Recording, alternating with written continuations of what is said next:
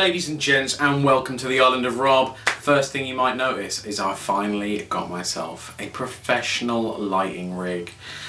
No longer shall you have to put up with me dingily fighting through the darkness, nor will I be under an incredibly bright light so it looks like I'm being interrogated by the Gestapo. Now we got the light balance right, let's continue on with stage 3 of how to lose weight the island way. And I apologise it's taken a while to get there, but you understand, life is busy. But stage 3, so far we have covered tracking your calories, we have covered time management. Stage 3, if you've covered those things, they're feeling good, you're potentially starting to lose weight, you then reach the hump week or weeks. And it's when all the interesting new things that you started doing have now become a little bit monotonous. And it's not necessarily monotonous, it's doing something regularly that you're not used to. And sometimes you mistake it for being monotonous, or you start to get cravings for the old things because the sugars and the things that you're used to taking in are starting to take their toll on your body and making you go, hey Rob, do you fancy having that McDonald's apple pie that you used to have? Put that in a McFlurry, you dirty boy. You don't want that to happen. You want to try and stay on the straight and narrow. And that is why this stage is all about willpower. Now, willpower I've covered in various videos beforehand, but there are tips and tricks that will help you keep hold of the willpower, keep you going on the straight and narrow.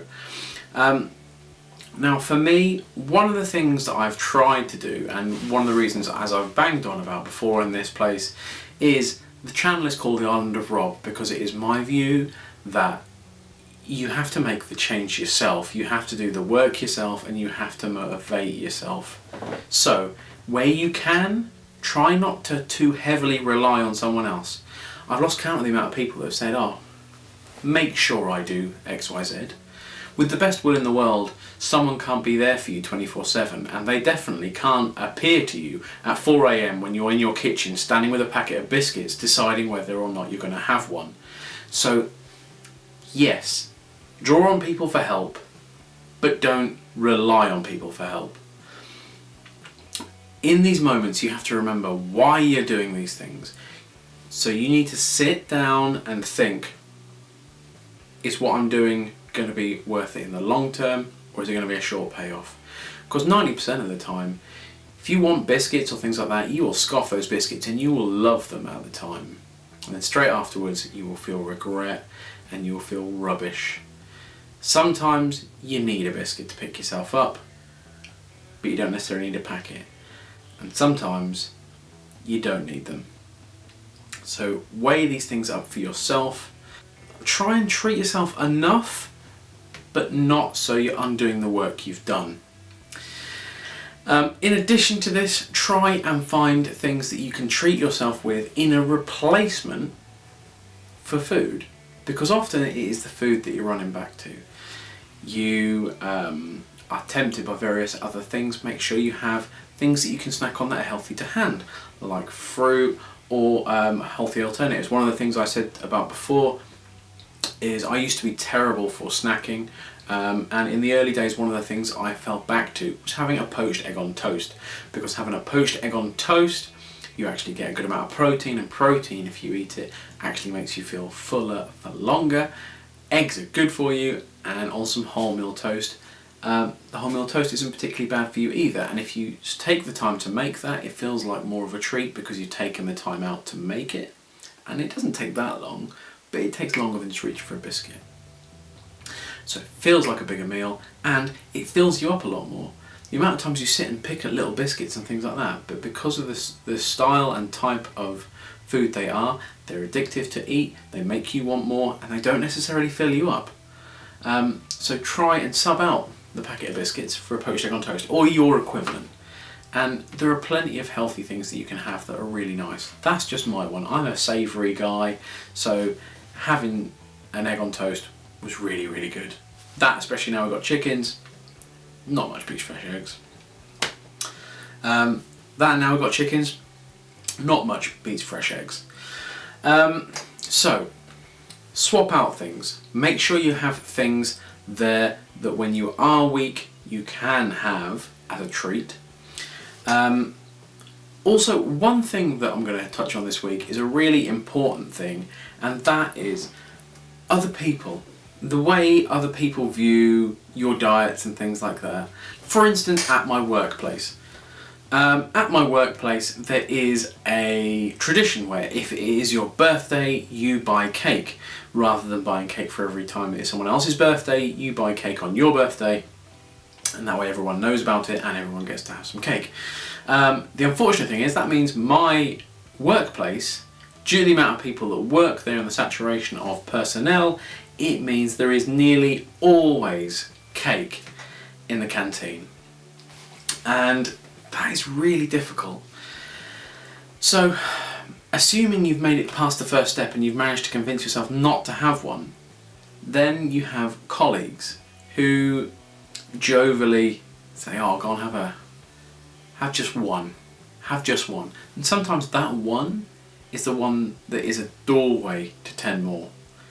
And I found that sometimes you have to actually take the serious route with them and say, when they go, oh, go on, just one. If they keep going, you have to be a little bit serious and say, no, I'm actually really serious about my diet and I really don't think I can have just one, so no thank you.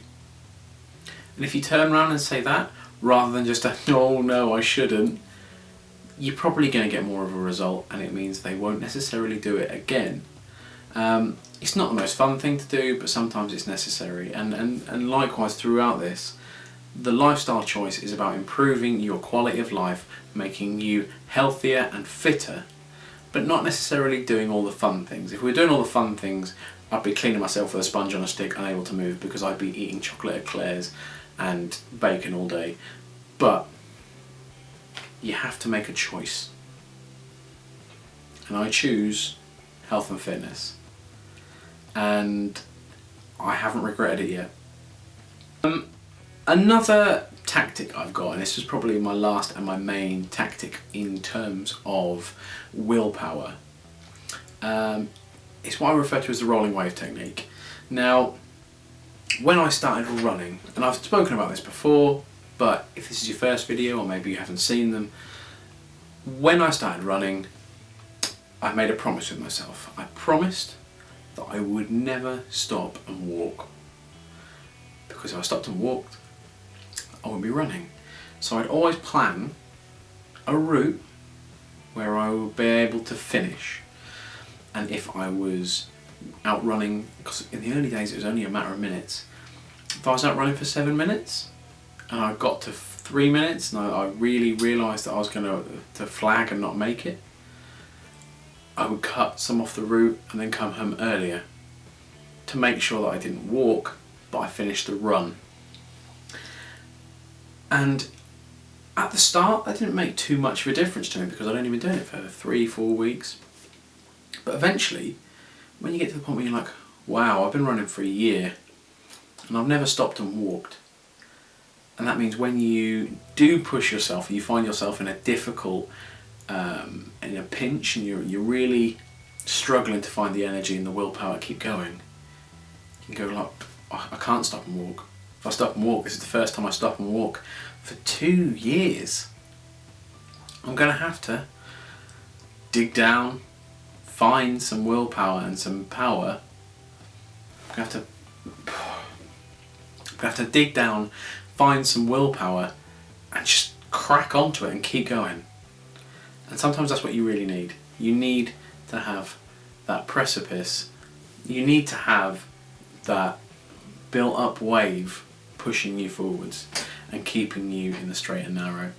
So that is really my few main tips on willpower, guys. I really hope you guys are still soldiering on and you have been following these tips.